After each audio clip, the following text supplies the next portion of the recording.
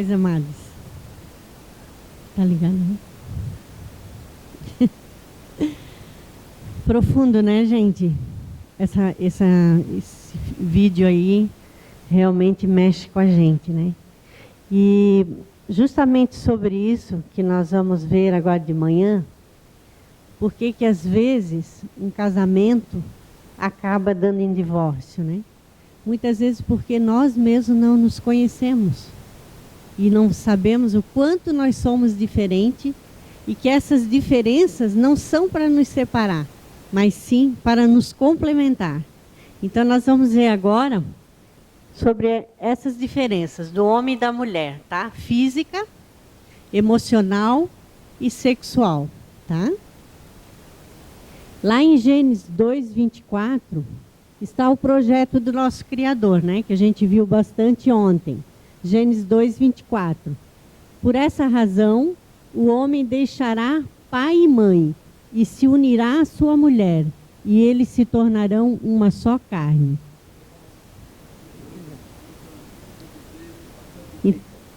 Então, amados, esse é o projeto do Criador, que a gente realmente deixe o nosso pai e a mãe. Isso não significa que vamos desprezá-los, né? Não, ao contrário, nós vamos honrá-lo, com certeza vamos dar até mais valor para os pais, mas é importante que nós passamos a viver agora a nossa vida a dois, né?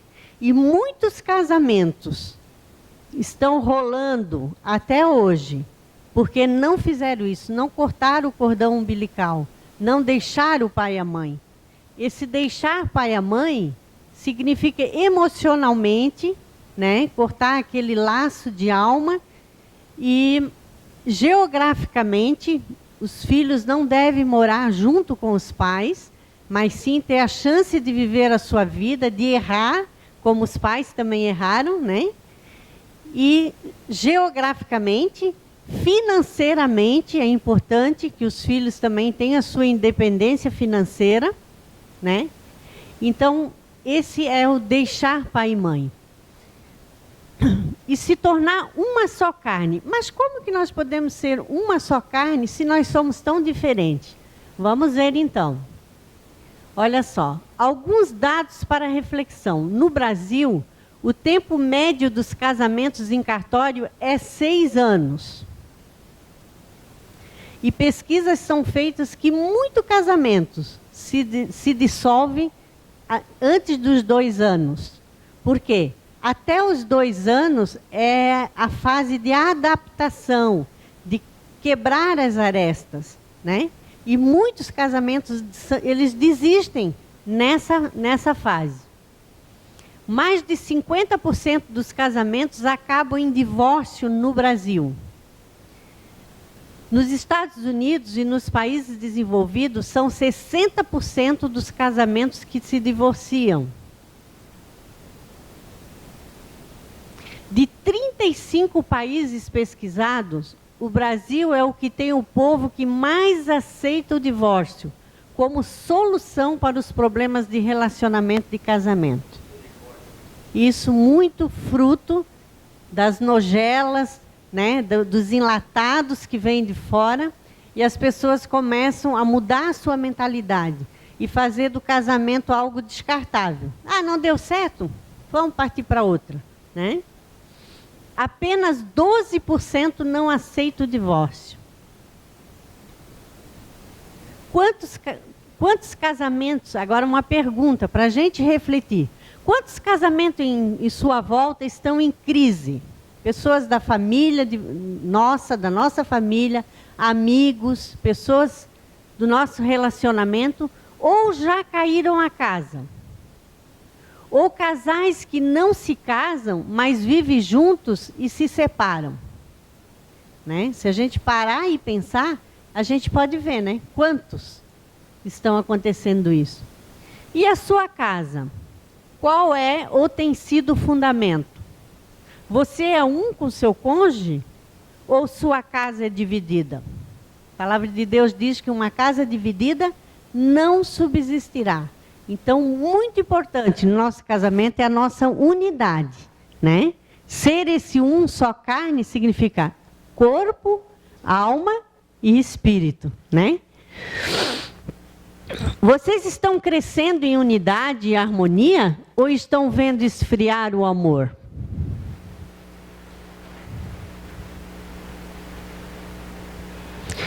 Por que você está aceitando que no seu casamento o amor está esfriando? Muitas pessoas dizem assim, né? Nos próprios aconselhamentos, creio que vocês também têm ouvido. Eu não sei porquê, o meu amor esfriou, meu casamento esfriou. Né? Não tem mais aquela química, né, que eles dizem. Mas por que você está aceitando isso? Em Mateus 24, 10 a 14 diz, naquele tempo, muitos ficarão escandalizados, trairão e odiarão uns aos outros. E numerosos falsos profetas surgirão. Aqui Jesus está falando naquele tempo, é o tempo do fim. Antes de Jesus voltar, tá? Ia acontecer isso. Devido ao aumento da maldade, o amor de muitos esfriará. Mas aquele que perseverar até o fim será salvo. Então, esse é um alerta que Jesus está dando, que antes da vinda dele, o amor se esfriará. Por quê? Por causa do aumento da maldade, né? O egoísmo vai imperar. Eu não está dando certo, e ninguém pensa nos filhos, nas consequências que vão ter um divórcio. Simplesmente se separam, eu tenho o direito de ser feliz. E parte para outro, ou desistem do casamento, né? E desistem do casamento. E este evangelho do reino será pregado em todo o mundo como testemunha de todas as nações, e então virá o fim. Então, olha só os sinais da vinda de Jesus. A maldade aumenta, o amor esfria, e o evangelho será pregado em todas as nações. Será que nós estamos vendo isso nos dias de hoje? São sinais evidentes da volta de Jesus, né? Mas aonde está esfriando o amor nesse tempo do fim? Mateus 24, 36 e 39 diz: quanto ao dia e a hora, ninguém sabe, nem os anjos do céu, nem o Filho, senão somente o Pai.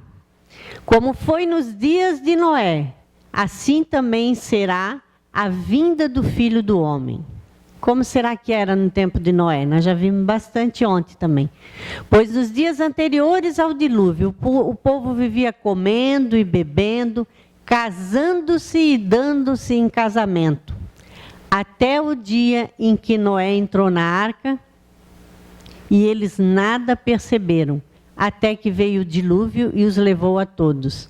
Assim acontecerá na vinda do Filho do Homem. Amados, será que nós estamos vendo isso? Nós estamos vivendo esse tempo de Noé e de Ló, né? As pessoas estão preocupadas em comer, beber, casar, se descasar. Dando-se em casamento aqui significa relação sexual fora do casamento, né? E estão despercebidos, né? E eles só vão perceber quando? Quando Jesus voltar. E aí vai ser tarde demais. Aí é aquela parábola das virgens, né? Nós temos que estar preparados, temos que estar com óleo na nossa lâmpada. E eu creio que hoje, mais do que nunca, a gente está vendo na televisão, em todos os lugares, o alerta de que Jesus está voltando. Malaquias 4, 5 a 6, diz assim: vejam, eu enviarei a vocês o profeta Elias, antes do grande e temível dia do Senhor. E ele fará com que os corações dos pais se voltem para seus filhos, e os corações dos filhos para seus pais. Do contrário, eu virei e castigarei a terra com maldição. O que está acontecendo hoje? Está havendo a profecia, né, do profeta Elias. O profeta Elias está nos nossos dias, né? Todas aquelas pessoas que estão, e nós nos incluímos aqui, porque todas as nossas ministrações a gente sempre fala da vinda de Jesus, da preparação para essa vinda de Jesus. Todos aqueles que estão preparando essa vinda têm o espírito de Elias, né? Então o profeta Elias está avisando, né? E o que ele está fazendo? Com que o coração dos pais se voltem para seus filhos e os filhos para seus pais. Por quê? Porque eles, já naquela época, né, já a profecia já estava indicando que os pais estariam longe do coração dos seus filhos, né? Cada um para o seu lado, a mãe trabalhando fora, entregando os filhos nas creches e as crianças vivendo longe dos seus pais. Quando chega a noite, estão os dois estressados, não dão tempo de qualidade, então o coração está longe, né? E nesse tempo, o profeta Elias está fazendo com que o coração dos pais se volte para os seus filhos. É o que a gente tem feito aqui, né? Com esses retiros, trazer a consciência da necessidade de voltar o coração dos pais aos filhos e automaticamente os filhos se voltarão para os seus pais. Eu creio que muitos aqui já tiveram experiências, né, nesse tempo, de voltar mais o coração para os seus filhos e viram como seus filhos ficaram mais dóceis, mais queridos, mais acessíveis. Amém? Do contrário, o que ele viria? Castigaria a terra com maldição. E o que está acontecendo nessa geração? Das drogas, das doenças, né? A AIDS e tudo. São maldições que o Senhor está castigando a terra. Amém, queridos?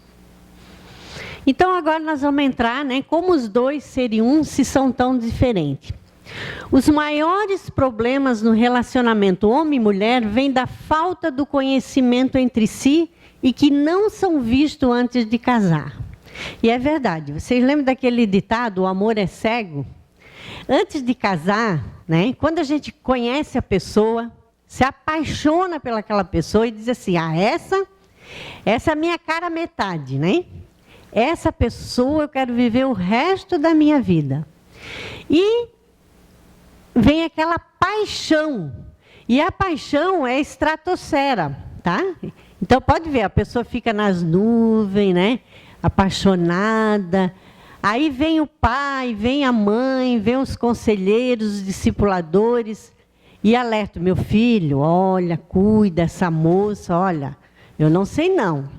Mas ela é assim, ela é muito brava. Ou, olha, meu filho, eu não sei, minha filha, eu não sei, mas esse jovem aí tem alguma debilidade de caráter. Eu já estou vendo que, olha, ele não gosta de estudar. Ou ele não gosta muito de trabalhar. Ah, mãe, tu não entende as coisas, né? Vocês são quadrados, são, né? Geralmente é assim. Por quê? Porque a gente está tão apaixonado que a gente está com os olhos fechados, não quer ver. Aí casa, vem a lua de mel, né? Tudo docinho, né? Tudo gostoso. E a partir dos 6 meses de casado, começa a descer essa paixão, sabe? E a gente começa a enxergar algumas coisas que a gente não via antes, né? A gente não via que ele levantava de mau humor. Claro, toda vez que a gente se encontrava no namoro, no noivado, ele era sempre tão bem-humorado, tão carinhoso, tão sorridente. Agora, acorda mal-humorado, né? E ela, até que ela não era tão bonita assim, né? Sempre quando eu conheci ela, tinha aquele cabelinho lisinho, agora acorda com aquela vassoura assim de manhã cedo, né? E aí começa a ver os defeitos. Quer ver os defeitos de hábitos também, né? E a gente começa a focar os defeitos da pessoa. E aquelas diferenças que antes eu admirava no namoro, né? Eu começo a ver que tem um monte de defeito. E eu esqueço aquelas qualidades e começo a olhar só os defeitos. Quer ver coisas que a gente não vê antes de casar? Por exemplo, temperamentos, né? Nós sabemos que existem 4 temperamentos. O colérico, sanguíneo, colérico, sanguíneo, flegmático e melancólico, certo? São 4 temperamentos. Geralmente, nós temos 2 temperamentos, às vezes até 3, às vezes uma mescla. Mas, assim, sempre tem um mais forte, né? Um mais atuante. Por exemplo, temperamento colérico. São pessoas tremendamente líderes, né? São pessoas, geralmente, estão em liderança, são líderes natos, né? Geralmente administradores de empresa, né? Diretores, governadores, presidente, e sempre estão ocupando liderança. Só que o colérico, ele é um estupim curto. Ele é muito colérico, já diz cólera, né? Ele é dado à ira, a fraqueza dele é isso. E, geralmente, ele machuca muitas pessoas, principalmente aquelas que estão no lado dela. Coitados, né? São, às vezes, saco de pancada. O colérico tem isso. Mas, por outro lado, a gente não tem só coisa ruim, tem as coisas boas. Eu digo, toda igreja precisa de colérico. Por quê? Porque eles são organizados, né? São pessoas muito organizadas, muito... Geralmente, eles gostam do branco. Por quê? Porque são pessoas assim perfeccionistas. Gostam de limpeza, tudo clean, né? Tudo clean. Mas são tremendos, são pessoas maravilhosas. O sanguíneo. O sanguíneo é aquele arroz de festa. Cheguei. Todo mundo nota quando tem um sanguíneo. Por exemplo, aqui no recinto eu já consigo distinguir os sanguíneos daqui, né? Porque são alegres, brincalhões, são pessoas agradáveis, divertidas, né? Porque a gente gosta de ter perto, porque está sempre rindo. Pepe é um deles, né? Pepe, Giovanni, a Jaque, assim, são sanguíneos, né? Falantes, são muito falantes, né? E são pessoas agradáveis de estar. Mas, por outro lado, tem um lado negativo. São meio volúveis, tem que ter um colérico, alguém assim, para estar perto deles, né? Para dar uma organizada nas coisas. Então, amados, tudo, nem tudo é defeito, né? E o flegmático, eu sou flegmática, tá? É tranquilo, sereno, devagar, quase parando. Não gosta de relógio. Gente, eu fui ter relógio com 50 anos de idade. Eu não gostava de relógio. Por quê? Deixa a vida me levar, né? Deixa a vida me levar. Né? Vou levando com a barriga, se der para fazer hoje, tá bom, se não der amanhã. É um bom vivan. Né? Por outro lado, ele equilibra um colérico. Deus sabe porque coloca um flegmático perto de um colérico, né?